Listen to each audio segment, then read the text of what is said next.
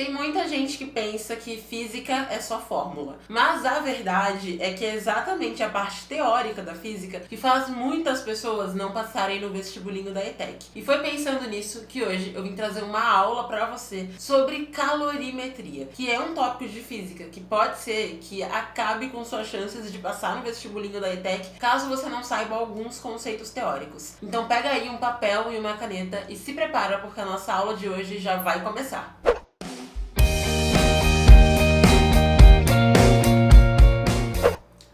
Oi vestibulindos! Tudo bem com vocês? Eu espero que sim. Meu nome é Lilian Cruz, eu sou especialista no vestibulinho da ETEC e aqui na internet também conhecida como a fada dos vestibulindos. Afinal de contas, esse aqui é o maior acervo que existe para quem quer passar no vestibulinho da ETEC. Aqui no canal e nas minhas redes sociais você encontra muito conteúdo massa que te faz conquistar um bom resultado no vestibulinho. E hoje nós vamos falar de calorimetria. O que é calorimetria? Para que ela serve, do que se alimenta, enfim, esse assunto que é cobrado no vestibulinho da ETEC, tanto de forma teórica quanto de forma prática, ou seja, quanto em relação aos conceitos da calorimetria, quanto a alguns cálculos também. E bom, eu percebo que muitas pessoas quando vão estudar para o vestibulinho da ETEC, principalmente quando vão estudar física, quando vão estudar química, pensam que elas precisam decorar um monte de fórmulas ou que elas precisam saber fazer cálculos mirabolantes, quando na verdade o vestibulinho não quer que você seja uma máquina de decorar fórmulas ou que você faça cálculos mirabolantes. O vestibulinho quer que você entenda o contexto das questões, quer que você interprete aquele conteúdo, quer que você use coisas simples, aplicando aos tópicos mais cobrados no vestibulinho, para você conseguir resolver aquelas questões. Inclusive, se você não sabe quais são os tópicos que você tem que estudar para o vestibulinho da ETEC, aqui no canal eu já trouxe para você uma lista com esses tópicos, que é a checklist ETEC. Então eu vou deixar o link do vídeo com a versão mais atual da checklist aqui em cima nos cards para que você veja depois, beleza? E é o seguinte, como eu te falei, então, o vestibulinho não quer que você seja uma maquininha, ele quer que você pense, quer que você entenda, quer que você interprete e assim por diante. Por isso que essa aula aqui de calorimetria é uma aula teórica e é uma aula de nível iniciante nesse assunto, porque eu sei que muita gente faz um drama na hora de estudar calorimetria, porque parece que é muita coisa, mas calma, porque não é tanta coisa assim. Porém, é muito importante que você faça anotações, que você faça um estudo ativo depois também, que você faça um resumo, enfim, para que assim você consiga ativar as informações. Então, por favor, não assista esse vídeo como se fosse um vídeo de comédia ou como se fosse um clipe de K-pop. Assista esse vídeo prestando atenção, modo aula aqui. Nada de ficar com o WhatsApp aberto ou, sei lá, vendo alguma coisa na televisão. É muito importante que você foque aqui, que você anote os pontos principais. Sempre que eu citar alguma coisa mais de uma vez, que eu repetir demais uma coisa, é porque essa informação é, assim, essencial, ultra necessária para passar no vestibulinho da ETEC. Então, vocês já sabem que você vai ter que focar mais aqui ao longo de toda essa videoaula. Show? Então, eu vou confiar em você, vou confiar que você vai anotar, até porque se você não anotar, quem vai se dar mal é você, não eu. Então, confie em você mesmo também e faça a tua parte. Agora, vamos lá então.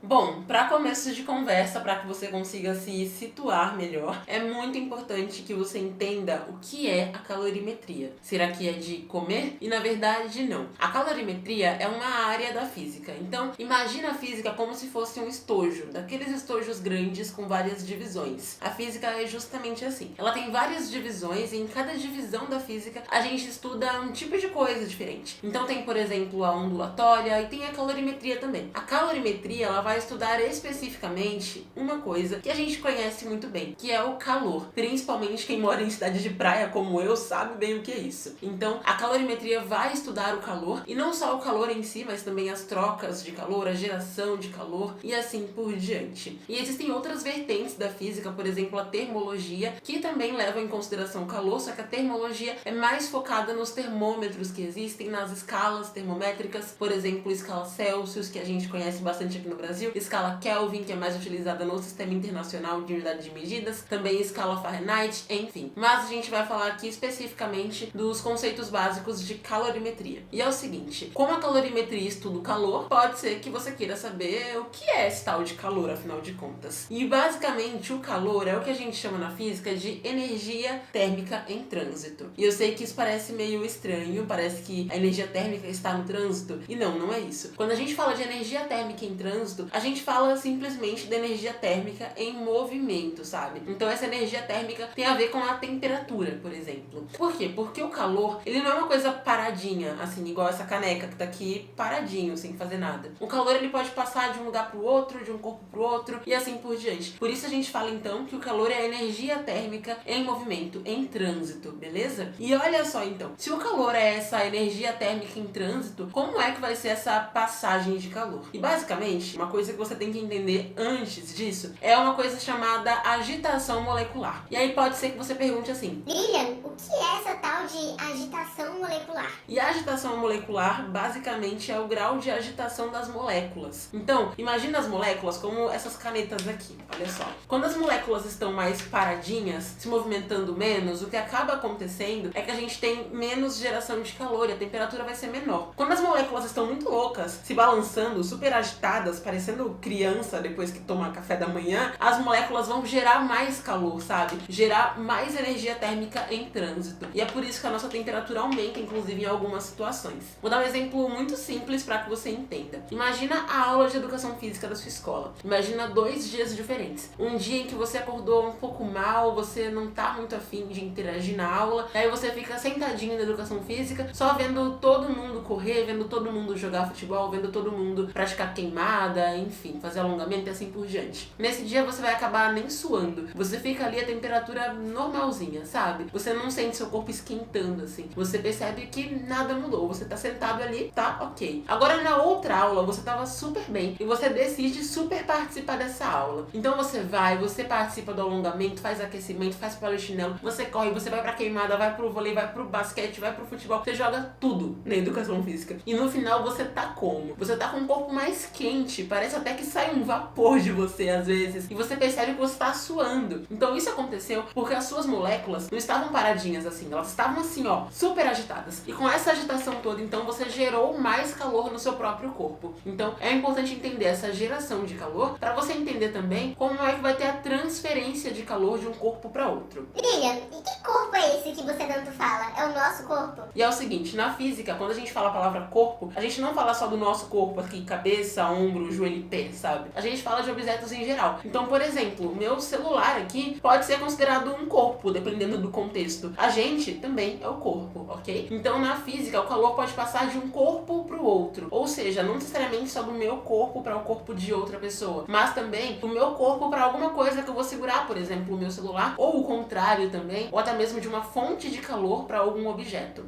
E olha só, quando a gente fala dessa transferência de calor de um corpo para o outro, pode ser que na prova isso apareça, na verdade, como um fluxo de calor. E qual é o fluxo de calor, então? O fluxo de calor sempre é do corpo que tem maior quantidade de calor para o corpo com menor quantidade de calor. Então ele vai acabar cedendo calor, beleza? Então imagina que a cor dessa caneta aqui é calor, então ela é super pigmentada. Isso aqui é mais clarinho, tem menos calor. Quando a gente passa aqui, ó, você tá vendo que ele transferiu o calor? Então, é basicamente isso. O calor não é colorido, tá, gente? É só um exemplo pra ficar fácil de entender. Então, o calor, que é essa energia térmica em trânsito, sempre vai passar do corpo mais quente, digamos assim, daquele que tem maior quantidade de energia em trânsito, energia térmica em trânsito, para aquele corpo mais frio. Por isso, então, que num abraço, quando você abraça uma pessoa e ela está mais fria que você não fica mais frio, é ela que fica mais quente. Você está cedendo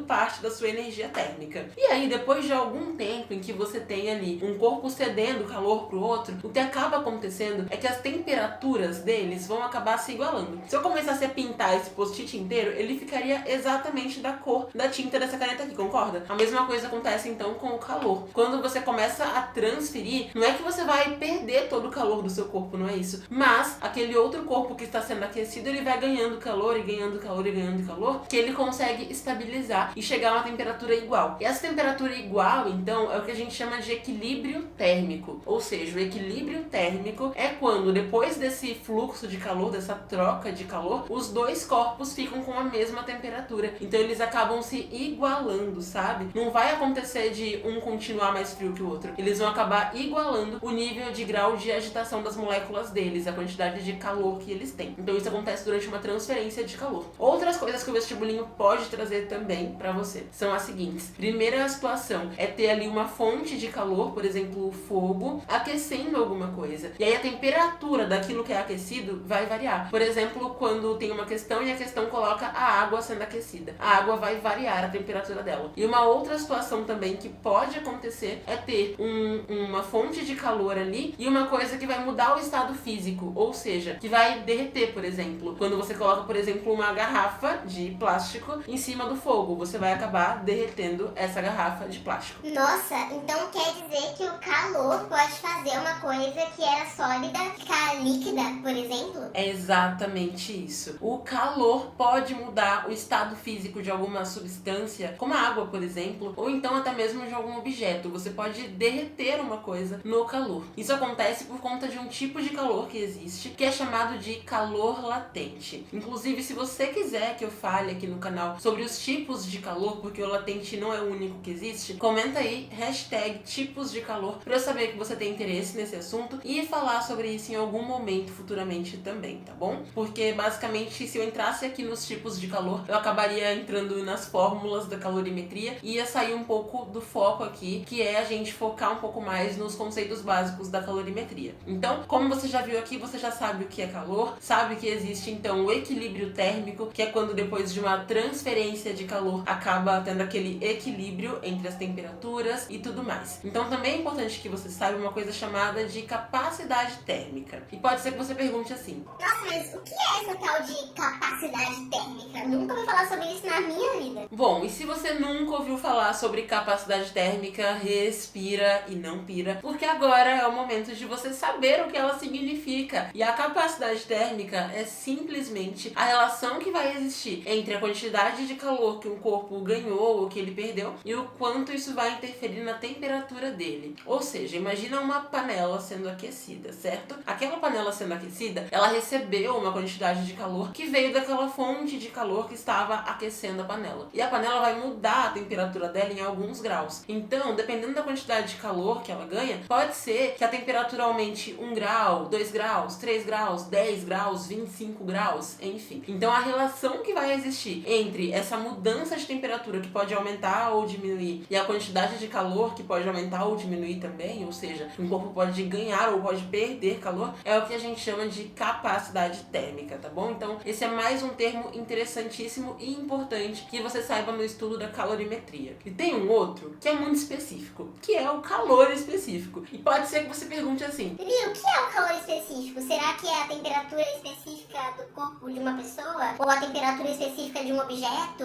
Enfim. E calma, não pira, porque eu vou explicar pra você também o que é esse tal de calor específico, que acaba atrapalhando muita gente quando a pessoa depara ali com uma questão de calorimetria e aí a questão dá um número do calor específico e a pessoa não sabe o que fazer com aquele número.